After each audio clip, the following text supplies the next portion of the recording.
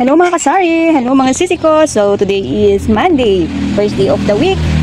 And ihahal natin yung ating mga napamalengke last Saturday. Yes, Saturday pa lang yung ating napapalengke. Yet hindi natin siya naharap ng i-display. So palengke haul na naman tayo mga sisi ko! First is itong ating box worth of 2,704 pesos. So umpisahan natin dito sa ating pagbukas natin sa ating box mga sis. Meron tayo dito seaweed. Mabenta ito sa amin and ang puhunan nito is 45 pesos per pack. And meron siyang tatlong laman. Bentahan ko sa tindahan 20 pesos per piece. Dalawang pack yung kinuha natin. Next, meron tayong nakuhang toy. Ang puhunan nito mga sisi ko is 42 pesos. Benta ko sa tindahan 60 pesos. Next, meron tayong nakuhang sticker pad. So, ito yung sticker natin.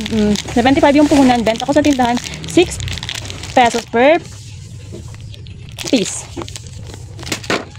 Then, kuha din tayo ng ating eraser pad.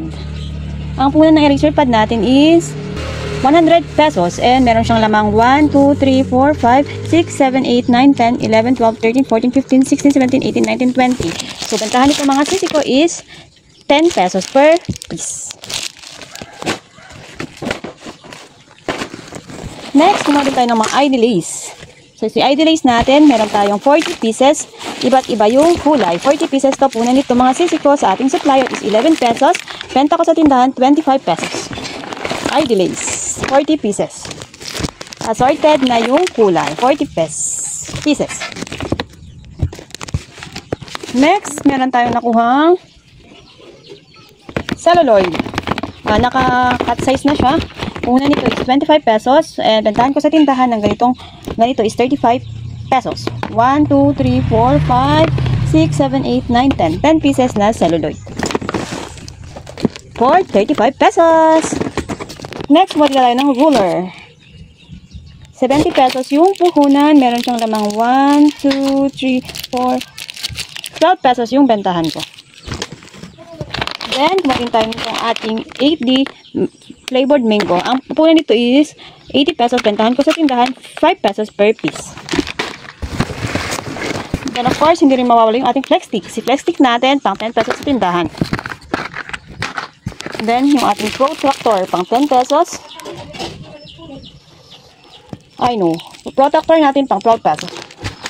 Then, meron tayo nakabiling King Joy, pang 5 pesos naman ito. Dalawang pack yung kinuha natin. 2. Next, meron din akong mamiso. Pang piso-piso. Ito is 100 pesos yung puhunan.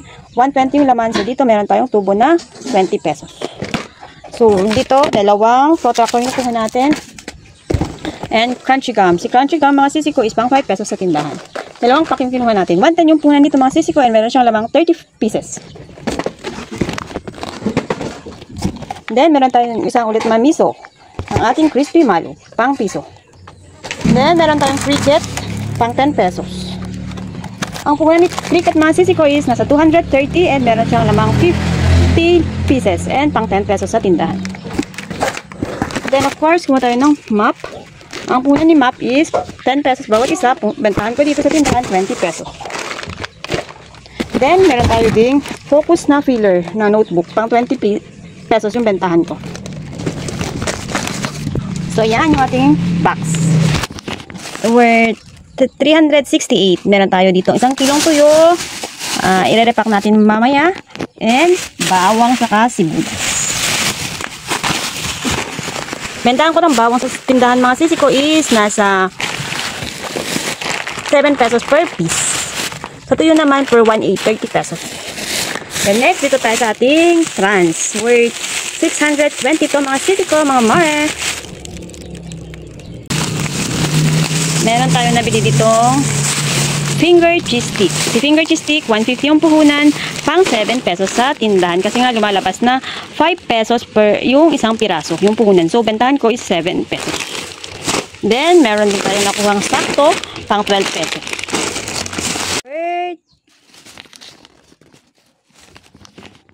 Worth 368. Meron tayo dito isang kilong tuyo.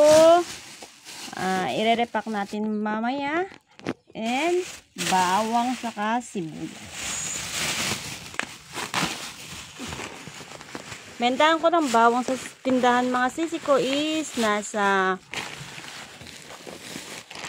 7 pesos per piece. Sa tuyo naman per 1/8, 30 pesos. Then next, dito tayo sa ating trans. Worth 620 to mga sisi ko, mga mare. Meron din akong nakuhang pastillas pang 7 pesos. Dalawa yung nakuha ko. Then of course, itong ating mga tinapay na hopya, meron din ako nakuhang 1, 2, 3, 4, 5. Ang hopya namin is pang 30 pesos.